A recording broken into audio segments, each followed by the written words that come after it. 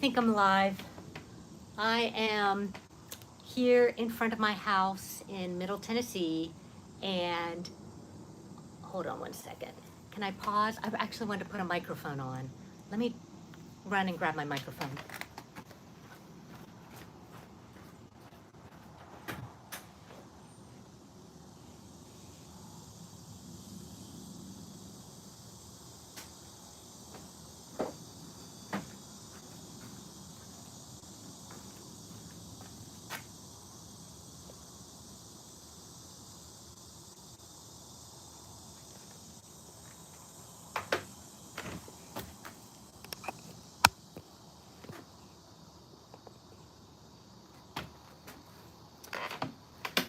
Okay, sound is always my worst thing.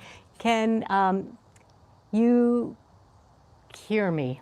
That is my big question. I'm trying the microphone. Oops, I dropped my phone on the ground, or my battery. Can you guys hear me? Well, I hope so. I am, let's see if I can hear myself. Hats off right now, please. Good morning. Good morning, Julie. Perfect. Somebody said they could hear. Okay, so today I just want to do a follow-up on my video that I did with my new home tour, because I got a lot of comments, most of them really positive, but of course you always mull over the ones that question what you are doing. Let me make this a little taller. And so I thought, instead of sitting in my makeup room, I would sit out front, which meant I needed to come live really early because it gets hot. It's 9:20 in the morning. It's already starting to get a little humid, but the sun doesn't hit the front of my rental home until after 11. So I thought I would do this now.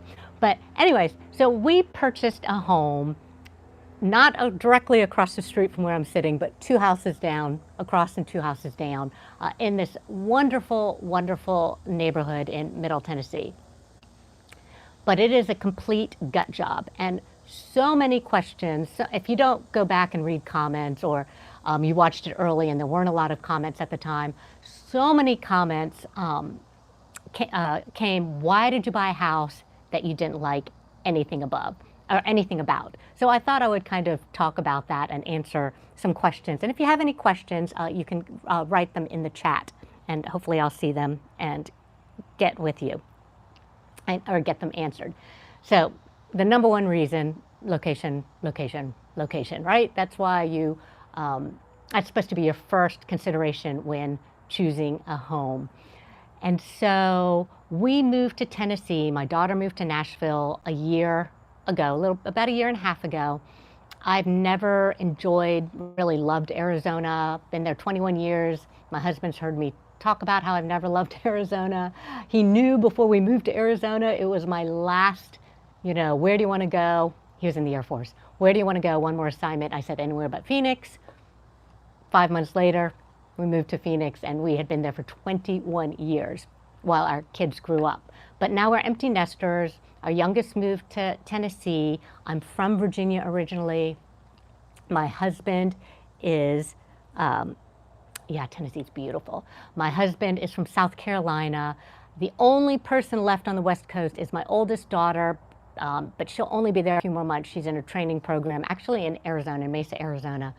But she, as soon as she finishes training, she'll be leaving, and she'll probably settle in Denver. So, we really don't have any family in Tennessee, in Arizona. Definitely wanted to move east. I always wanted to have a garden. See, my dahlias are like blooming prolifically right now.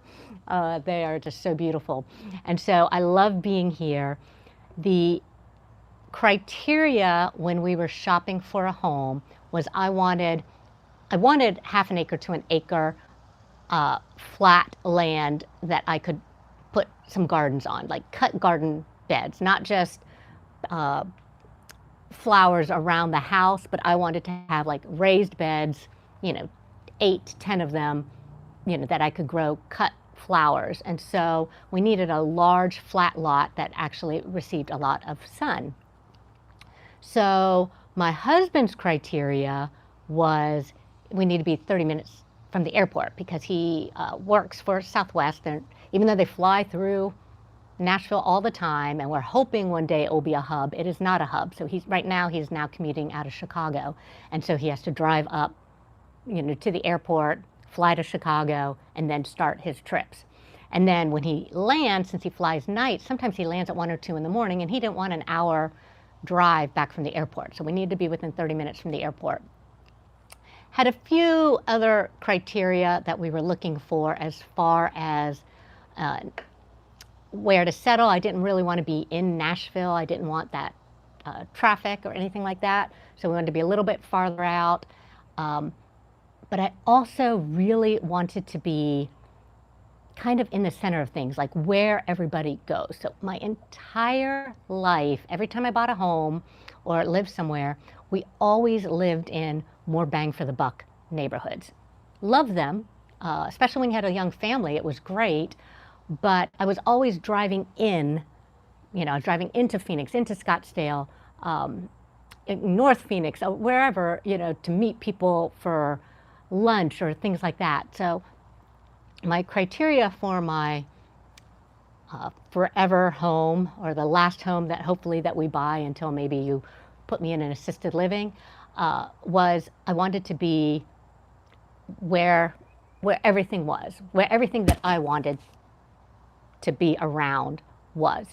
So that kind of limited some of the beautiful neighborhoods outside of Nashville. In fact, I found a beautiful brand new home on a half-acre lot in Mount Juliet, and I loved it, and my daughter was there with me, and we're like, the house is so amazing. It had a 4-car garage, 2-car attached and then 2 cars separate, which I could do all my gardening and stuff.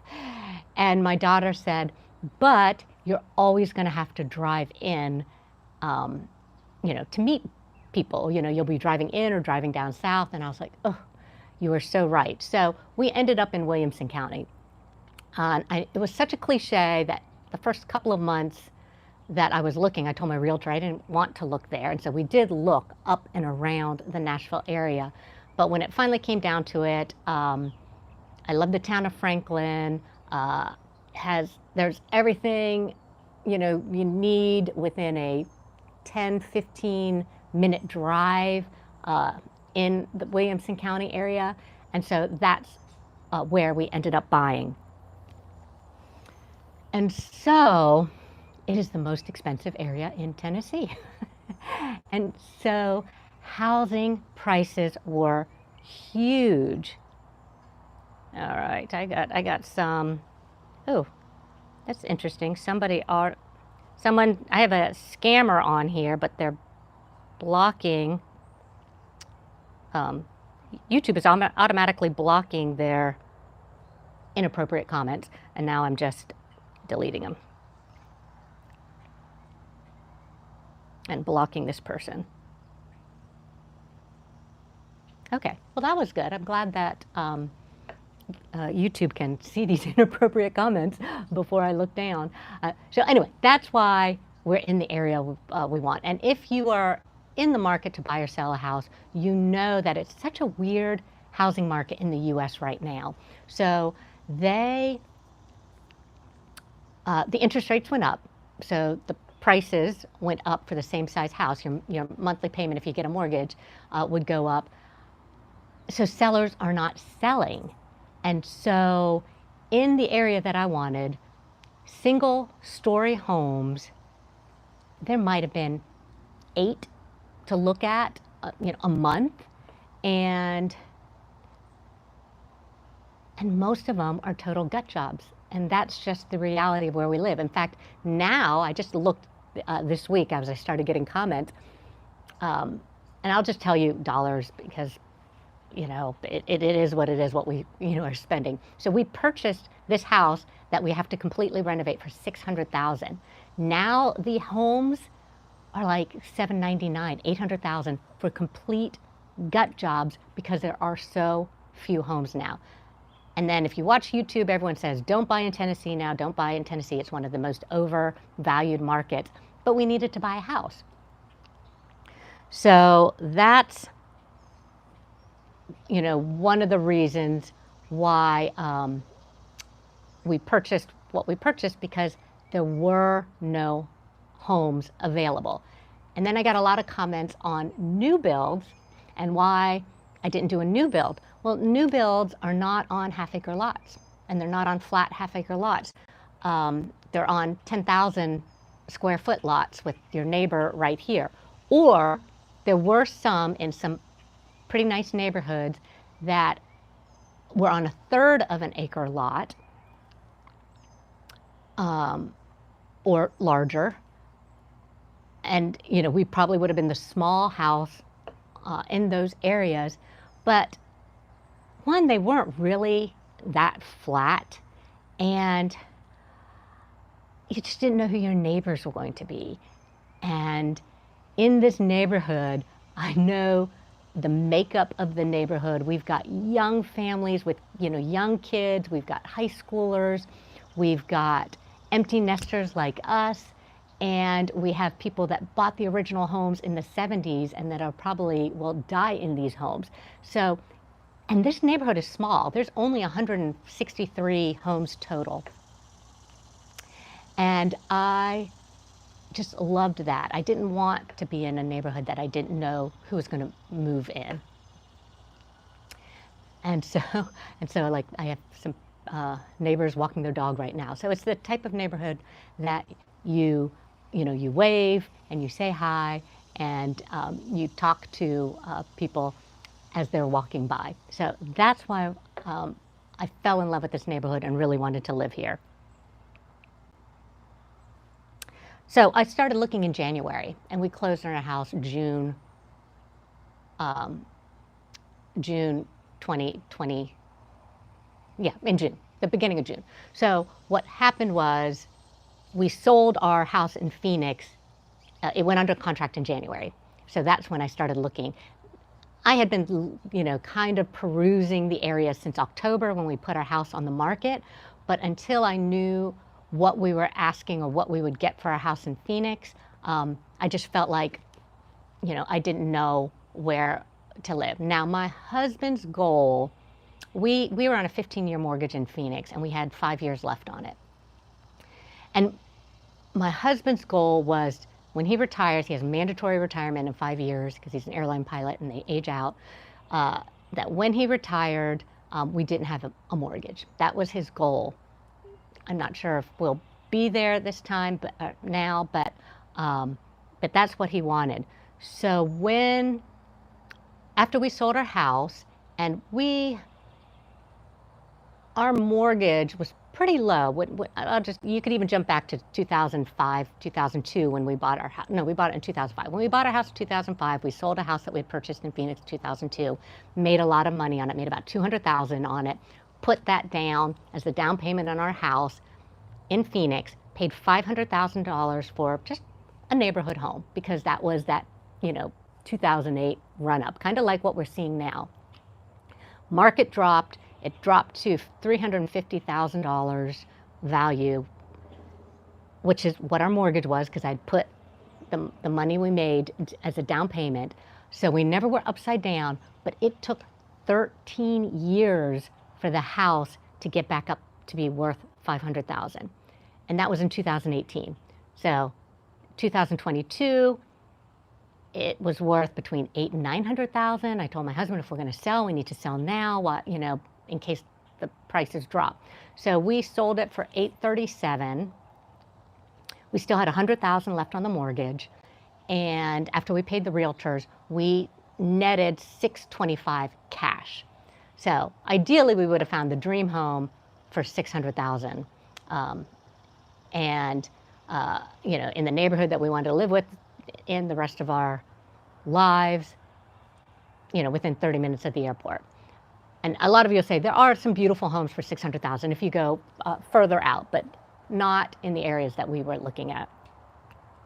So all you can find in the areas you're looking at are gut jobs, because that's what everyone is doing in these older neighborhoods. they're buying them and then remodeling them. In our neighborhood, they're buying them, remodeling them, and living in them. So it's actually, again, just such a great neighborhood. It's not necessarily a realtor or a investor flip neighborhood. So there are 4 homes in this neighborhood under renovation right now. And one of them I looked in at yesterday, 2 days ago, for the first time. I just actually walked over and knocked on the door. They knew my next door neighbors. And he said, oh yeah, knock on the doors. They know that they know all about you and that you bought your house. So I knocked on their door and they showed me what they had done. Most of the ranch houses, there are about 80, maybe 100, 80 or 90 ranch houses in this neighborhood. And then there's about 60 houses that were added in 1997. So they're the 2-story brick. They're not on flat lots. Their lots are a little more hilly. The 2-story brick that were built with, in the 90s, the granite countertops, which are beautiful homes. That's what we sold, but that's not what we were looking for. We were looking for a single family. My dad is in a nursing home right now. We put him in January because his 4-story townhouse, with his dementia and his lack of balance, he fell twice, broke his back. He just couldn't live there in that house. So we started thinking, all right, we need a house that, that even if we, did modifications, that we could push a wheelchair through. And the same thing with my husband's family. His mom was in a wheelchair, and they had to make some modifications with the bathrooms and things like that. But she was on, even though it was a 2-story house, they lived on the main story. Let's see, what's a couple other questions. Yeah, I can never live in Britain. I know, it is different. It is, the way Americans love their land, and love their houses, their big yards and everything like that. It is definitely different. Though, again, I think, in areas of Britain, because I've seen these gardening videos, very spread out. Some people have some beautiful, beautiful gardens. But so that's why we purchased what we purchased. Now, I have talked with some contractors. After visiting the house that's 1 street beyond us and seeing, he just punched out the living room and kitchen area 10 feet. And, we're looking at it, it's like, okay, the couch will fit, our TV will fit. He moved the fireplace. The kitchen, his layout is a little bit different. He has a big window. We wouldn't have a window because we're going to extend the garage. But I was like, okay, we could put kitchen cabinets all along this wall. That would be plenty of kitchen space. Put a smaller island, doesn't need to be a massive island. And we could have something really nice in a downsized format. So meeting with my architect, meeting with my contractor, again on Tuesday. And, we'll talk about some, modified changes to get it within our budget. So when we bought the house, again, I said we had $625,000 cash. Well, some of that money went towards our condo that we were doing some work in Destin. But we had for the home, we had $600,000. And so when we bought this place, we got a mortgage for $300,000, and then we kept $300,000 aside, and then with pulling some money from here and there, our budget is about $400,000. So this ranch house will probably end up being about 2,500 square feet. It's going to be $1 million home. Now, if you told me, I just remember when 20 years ago, when we finally, or 18 years ago, when we bought that house in Phoenix, and I was like, this is a $500,000 home.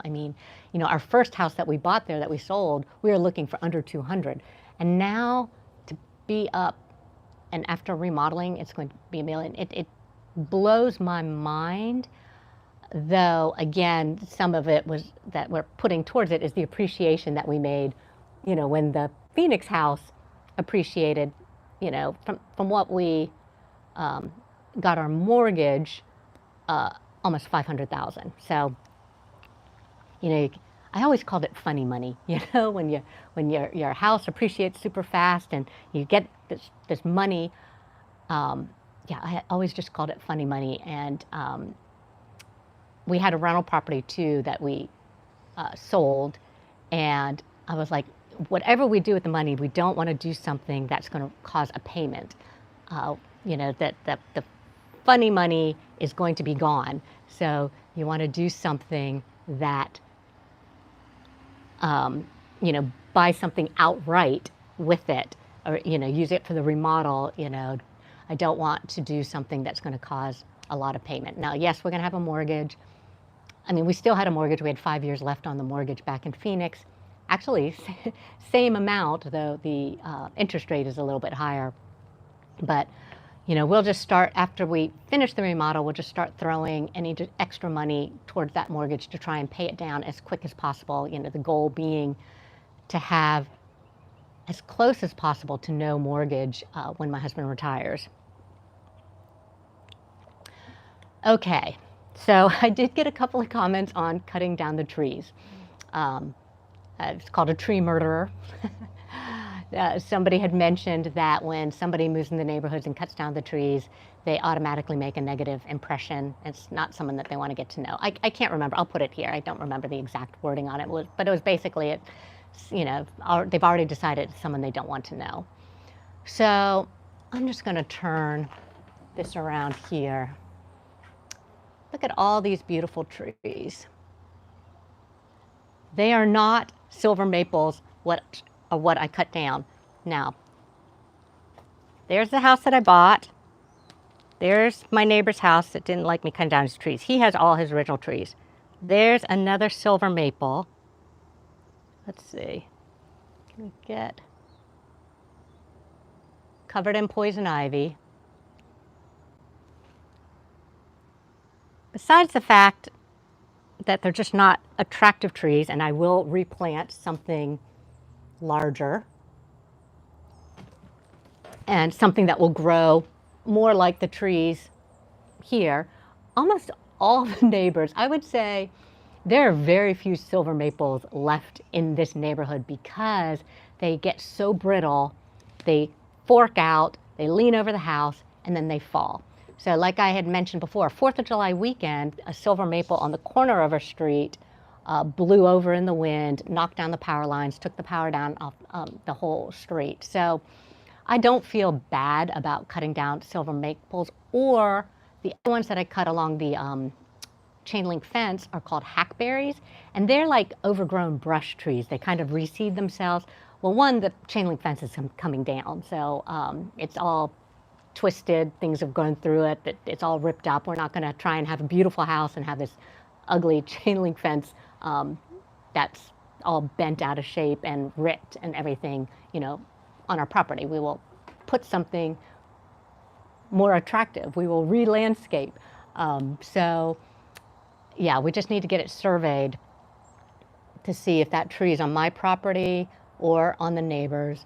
I think, you know, based off of what my architect handed me, which is not an official survey, but my fence is 5 feet inside my fence line according to what's recorded in the county or city.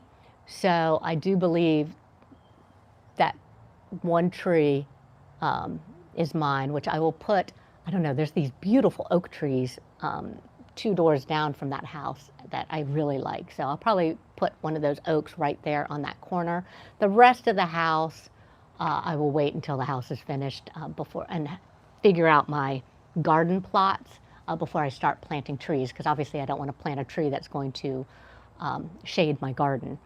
But, you know, we'll still have trees in the front yard, and we will have some trees in the back.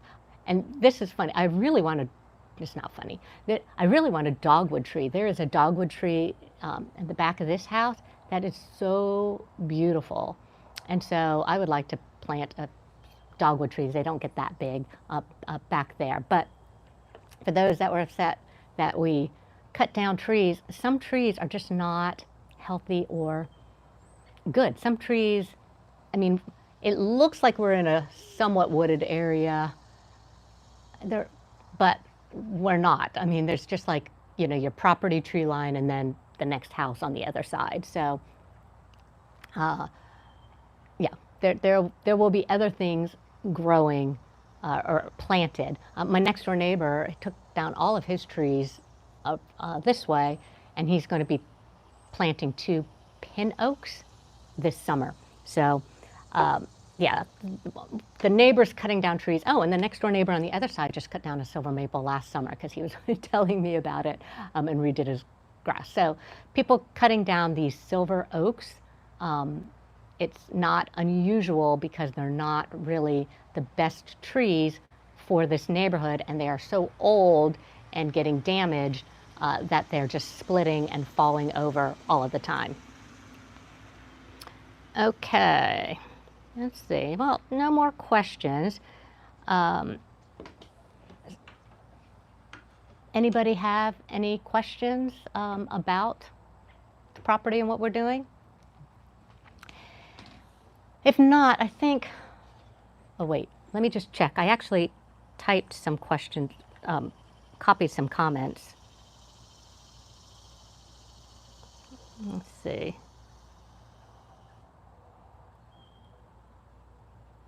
Let's see if I answered them all.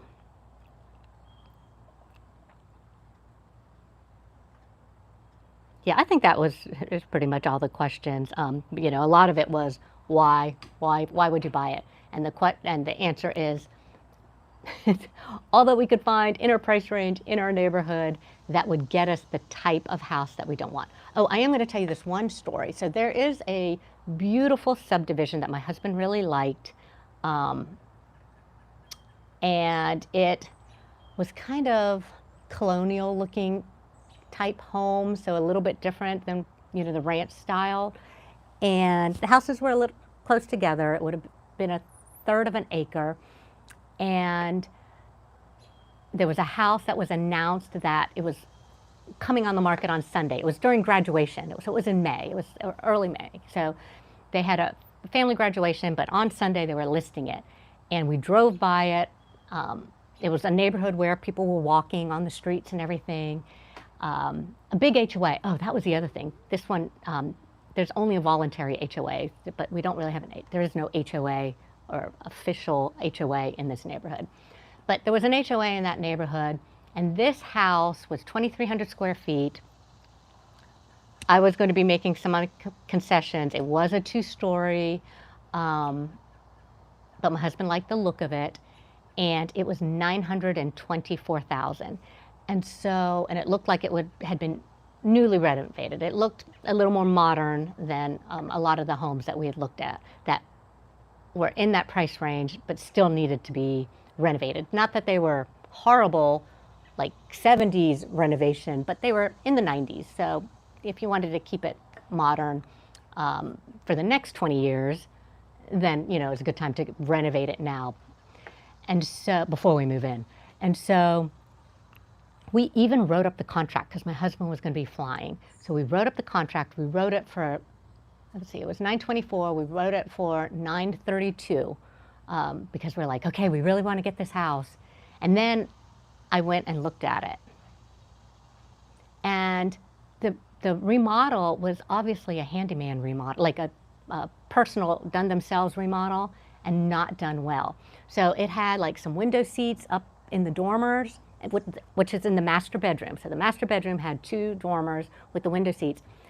They were just plywood that was painted white. I mean, they didn't even like trim the edges. It was just plywood as their window seats. And then they had all these built-in shelves, but there were no rails. So you pulled the drawer out, or built-in shelves, built-in drawers. You pulled the rail out and the drawer just kind of tipped forward. And then the doors weren't aligned like in the closet. They had like some double doors and they were like, you know, leaning in. Anyways, it was terrible. And it was $924,000. And it sold. I think it sold for like $915 or $920, but it was not our dream home at all. At all. So, and it was $924,000. So this way, I think by the time we finish, hopefully, you know, within our $400,000 remodel budget, it will actually be our dream home. So let me just say, okay, any questions? Voluntary HOA. So yeah, here's what happened. there used to be an HOA when this neighborhood was settled, but then they couldn't, because it's such a small community, they couldn't find volunteers to run the positions. And so after a certain amount of time, if you don't have an established HOA where you have, I guess, the board members and everything like that, it dissolves. And so when an HOA dissolves, you can't just say, okay, let's bring it back. You have to have 100% of the homes agree to be ruled or governed under an HOA. And so since then, people have moved in. They've moved in because there wasn't an HOA, and they absolutely 100% do not want an HOA. You know, I don't want to, I like a voluntary HOA. Whoops, sorry, I hit the mic. I hope that wasn't loud. But so what they've done is it's almost like a community HOA. So we have low dues. It's $50 a year. We've done some community things. We have little parades here, and so some of that money goes, towards that. And there's a Facebook page, and so there's some development going out in the front, and so some of that information is there. Yeah, but it is a voluntary HOA. There's no teeth and no enforcement available. You can talk to the owners about, like, hey, can you not park on your grass? There's one house, it's a landscaper too, it's kind of funny. They've got so many trucks and they're parked right in the middle of the lawn. Now, that is against city ordinance. So somebody could still turn them in and get them to move it. If it was across the street, I might do that anonymously, but it's not on my street, and I don't know if the neighbors all know it and are fine with it. But I would guess not. The trucks aren't always in the front yard, but they've been there for about a week now, or 2 weeks now. Anyways, so there's no teeth, but it is people in the community concerned about keeping the community like it is. So when they started doing the development, the president of our board, went to the development meetings, because it's actually, there's a strip of land in front of our subdivision. Some of it is floodplains. Actually, all of it is in a floodplain, but some of it is that you could actually build it up a little bit high enough, and they're going to put 7 houses there. So they went to the board, to discuss our concerns. They were going to put like 3-story homes. Now they're just going to do 2-story homes. So, to try and keep it within the feel of the neighborhood. There are some 2-story homes. Obviously, my next door neighbor has a 2-story home. So there are, ranch and 2-story homes in our neighborhood.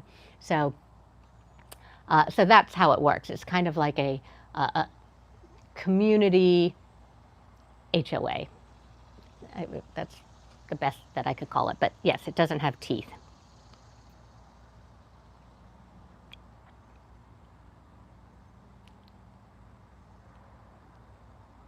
Yeah, it's really great. I could rent. If I literally decided, the comment was, it's great you could rent near your new home. When I moved into this rental, and I've rented it sight unseen, and it was not that clean. I love the outside of this building, but I would be gutting the inside of my rental if I owned it. And the kitchen, I don't even like cooking in the kitchen. It just smells like mold and mildew. But so we rented it sight unseen, but it was in March, and it was beautiful weather. And after the deep freeze that killed all the plants, really all over the country, everyone was out cutting down plants. And so I took my cup of coffee and was going to walk down the street. I didn't even get to the end of the street. I was stopping at every home, saying hi, introducing myself, getting to know all the neighbors, writing their names and their homes in my phone so I would remember, who is who, who's in the red brick house, who's in the white house. And I knew if I couldn't find something in this neighborhood, I wanted a neighborhood like this. At the time, I didn't realize how few and far between, even though everybody I met said, there are not very many neighborhoods like this. This is a unique neighborhood. but I knew that I wanted to live in a neighborhood like this. In April, I found out that that house was going to come on the market, and I ran and looked at it. I mean, they had purchased a new house, already closed on their new house, but they were slowly, going through their stuff, and they had a dumpster in the backyard, and moving things slowly, into their new home, saying, "Oh, when we get to it, we need to get the house on the market." And so I was like, can I show my husband the house? And he was not impressed. Like I said, he wasn't impressed with the outside, which I actually like the outside, but he wasn't impressed with the outside. And then, I mean, a smaller, older home with a lot of stuff. And it was like boxes, moving boxes, were pulled into the living room. So, it was not arranged so that you could see, potential. I had in my mind potential, but my husband's never watched a, home remodel, HGTV show, so he had no idea. Plus, anytime I talked to someone and I was saying I love that home, and they're like, "Oh, we expanded our home," I was like, "Oh, do you mind if I see it?" I have been inside so many of my neighbors' homes to look at their expansions, but my husband hadn't. So in my mind, I knew, this home could be our dream home. Little, worried about the budget because, you always go over budget. I'm shooting for the quote to be 300,000, and then we can go up to 400,000, but we'll see. But yeah, it is great that I finally talked my husband into that house, and it really was him getting depressed about how few homes were coming on the market, how beautiful they looked on Zillow, and then you went to see them, and not only were they, kind of cleaned up to make them look light and bright and all white and sunny, and they were actually dingy and needed to be painted and remodeled, but they redid the fronts of the homes too. They would, if you look on Zillow, I mean, it would have, and they would say, what did they say? Showing potential or something. This is potential how it could look. So they had, re-landscaped the front and maybe painted it, fixed the cracks in the sidewalk. I mean, it was just crazy.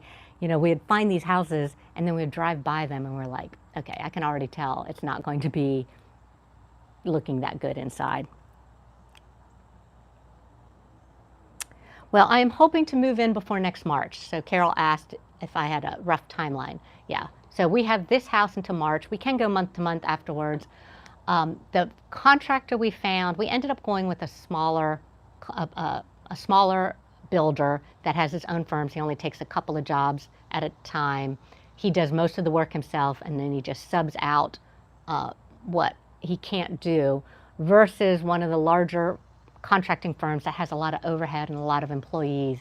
Because one, the contractor we decide to use, he did a remodel in the neighborhood. We really liked him. They loved him. They had a contractor before that they fired, and he was the one that kind of fixed the mess that was left behind. He's been in the industry 30 years, worked for a major builder for over 20 years, and then, kind of is doing it on his own now.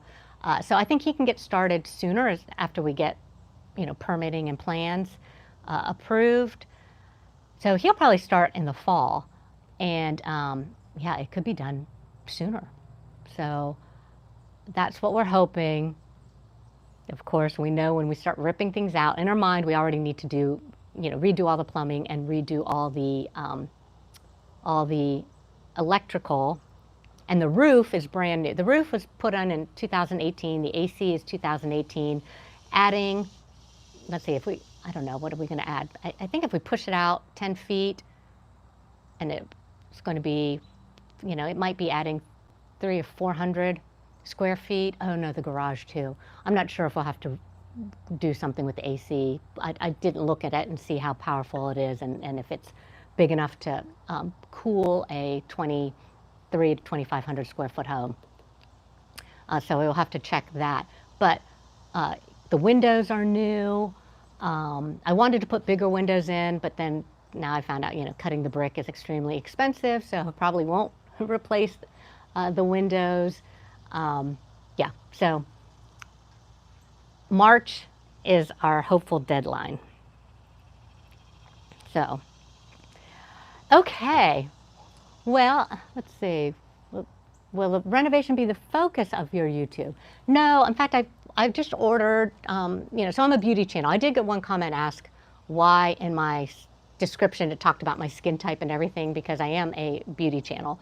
But I am trying to move a little bit more towards beauty and lifestyle, a little bit more towards, have more of that lifestyle content. I think YouTube is a little bit better that if you never clicked on a lifestyle video and only clicked on my beauty videos, that's the one that they're going to recommend to you more often. I mean, that's the way it's supposed to be working now.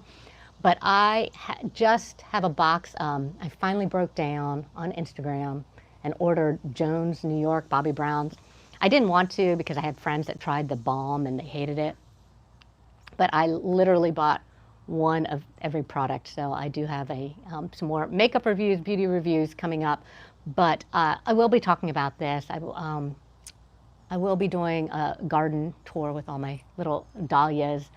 Yeah, trying to do, again, beauty and lifestyle, because my new lifestyle, over 50 empty nester, is in the garden. I've never gardened before, but that is kind of new, what I'm spending some time doing. So I do want to increase the mix, but it is still a beauty and lifestyle channel. And I do have a box full of makeup. So, yeah. So I'm going to do both.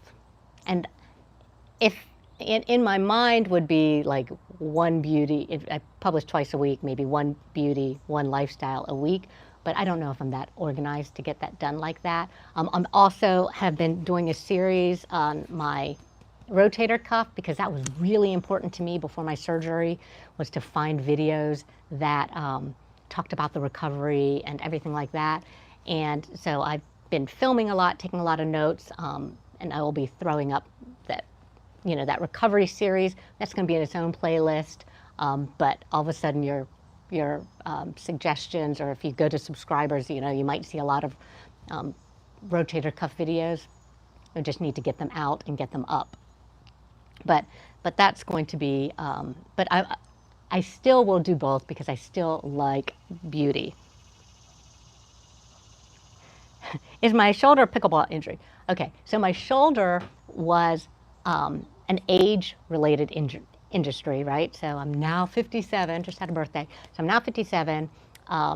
It used to just sometimes bother me if I was weight training. I had a personal trainer that twice a week I would go, and he never did really heavy weights because I just wanted to maintain muscle mass. I didn't want to necessarily build up or anything. But sometimes when I would do this, I'd be like, okay, I can't do any overhead.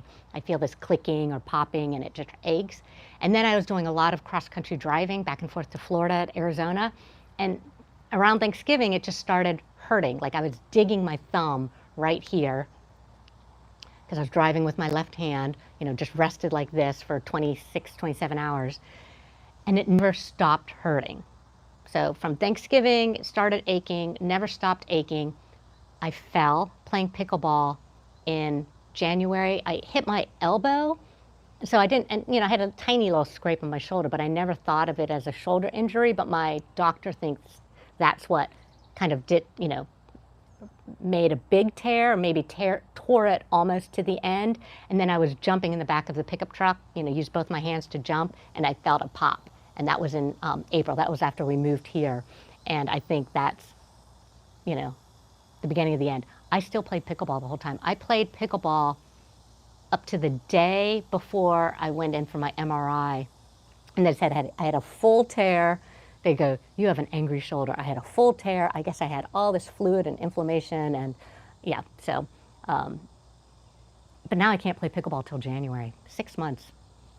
6 months recovery. Yeah, so I think my falling in pickleball, and after I fell, I stopped chasing those balls. First of all, I was like, oh, I'm not as good of a player, but a lot of these people I'm playing with are older, so I'm faster, so I can get these balls. And then I fell, and I was like, okay, now I know why you don't run after the balls. I don't want to break my wrist. I mean, I'm just just too old for that.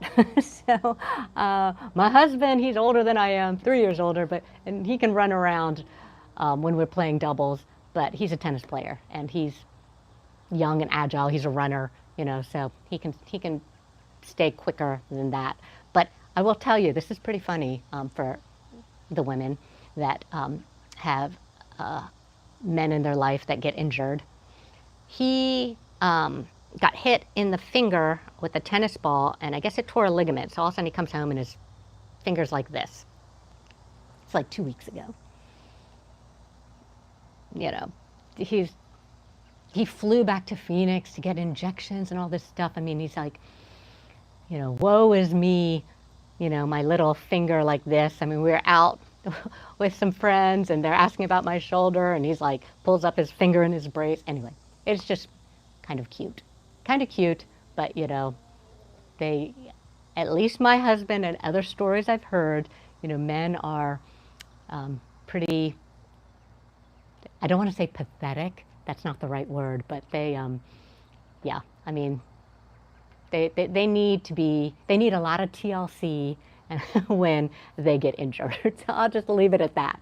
It is pretty funny though, but he can't do a lot of things now. He's got to, for 3 months, because if he bends it at all, because there's no surgery, if he bends it at all, it'll re-tear. So he has to really keep his, like at least mine was surgery, I can take it out of the sling. I'm not supposed to lift it like this. I find myself lifting it on its own, but I'm not really, well, I'm holding the phone, but I kind of do things in the sling. And, but I'm not really worried about tearing it out, by holding a phone in my hand. So, yeah, but he does have to really keep it straight. So anyways, we've been on here for 45 minutes. I know I always try and get my lives to 20, 30 minutes, and I've never been able to. But I sure appreciate those of you that are here and watching this. I will be putting updates on the remodel. It will not be, an every week type update, unless there's something really, crazy, exciting happening that I think, would be interest to my viewers. But there will be definitely a little bit more lifestyle on my channel in addition to the makeup. So, all right. Well, I appreciate everyone being here, and we will see you next time with that Jones, I don't even know if it's Jones, New York, Jones, the Bobbi Brown makeup review next week. So, thanks for watching, everyone. Bye-bye. I don't even know how to turn this off.